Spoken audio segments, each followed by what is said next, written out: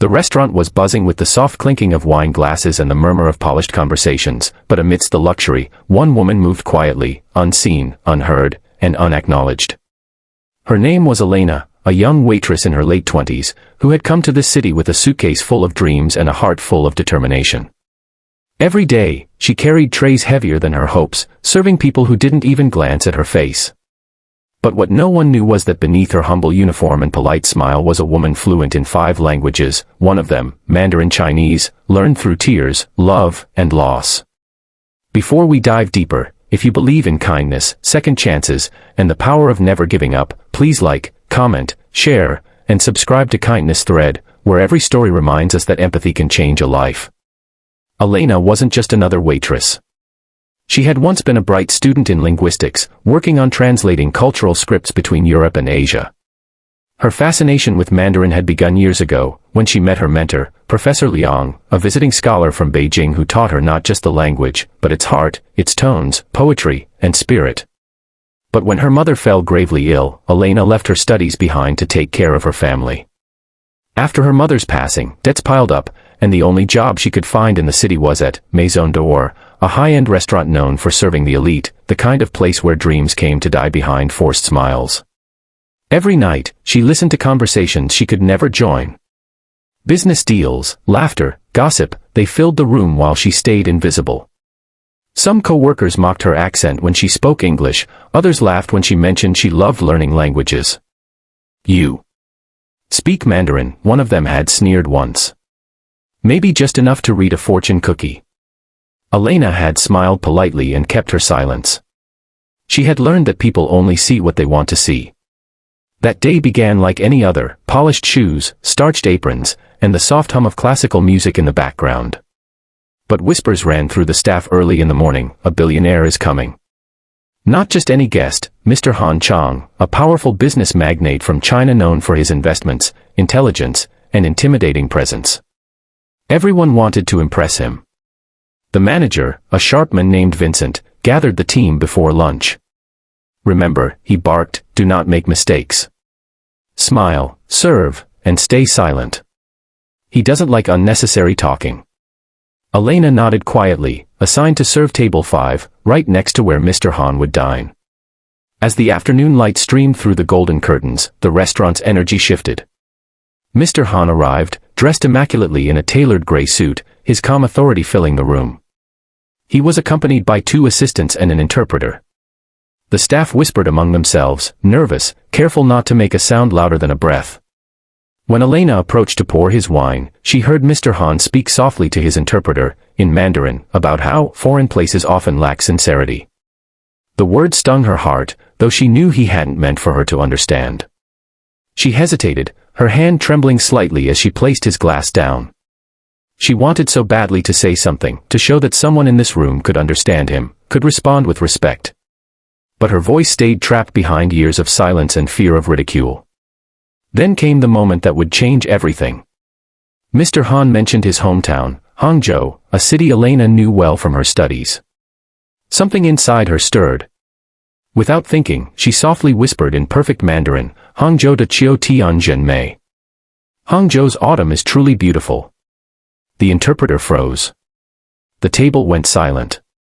Mr. Han turned his head slowly, disbelief flickering across his face. The manager's eyes widened in horror from across the room. The air was thick enough to stop hearts. And then, the billionaire spoke, still in Mandarin, "You speak my language." Elena swallowed hard, her heart pounding, but her voice steady. "Yes, sir. I studied Mandarin for many years.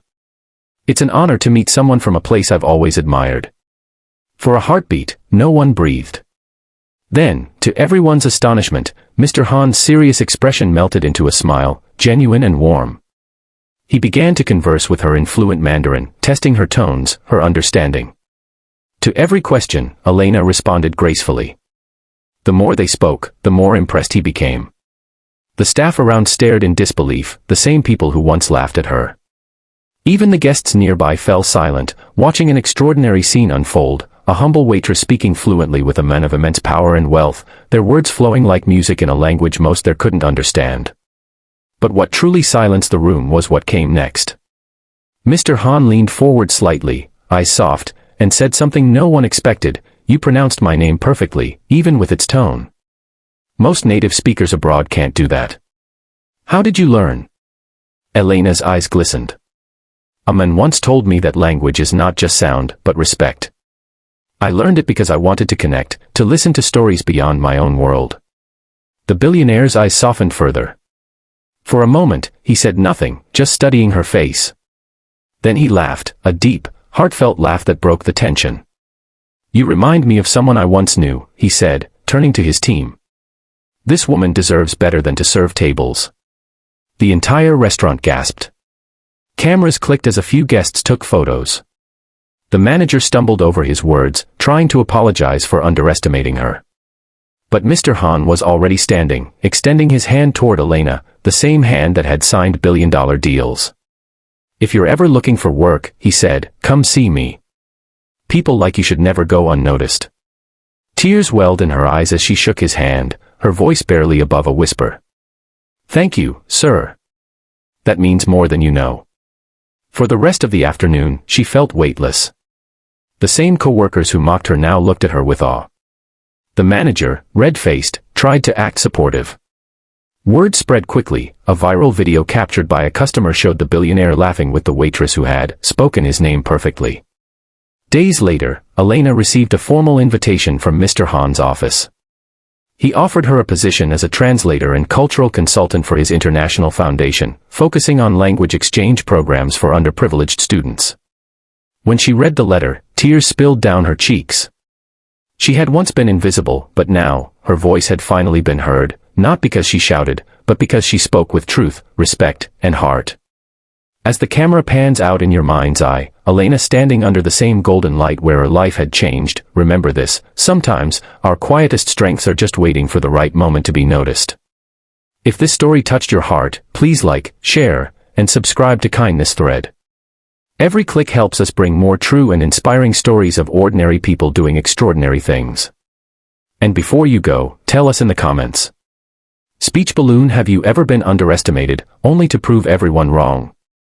Because sometimes, the people you least expect can speak the language of courage, compassion, and destiny, fluently. Olivia stood under a tree, watching the two of them. She smiled, not as an heiress, but as a friend who had found a family she never knew she needed. For the first time, Nathan realized that maybe life's greatest rescue wasn't the one he gave her, it was the one she gave him. If this story touched your heart, please like, share, and subscribe to Kindness Thread so we can keep spreading stories of hope, humanity, and second chances. Special request, comment below, what would you have done if you were in Nathan's place that night? Because sometimes, one act of courage can change not just one life, but two souls forever.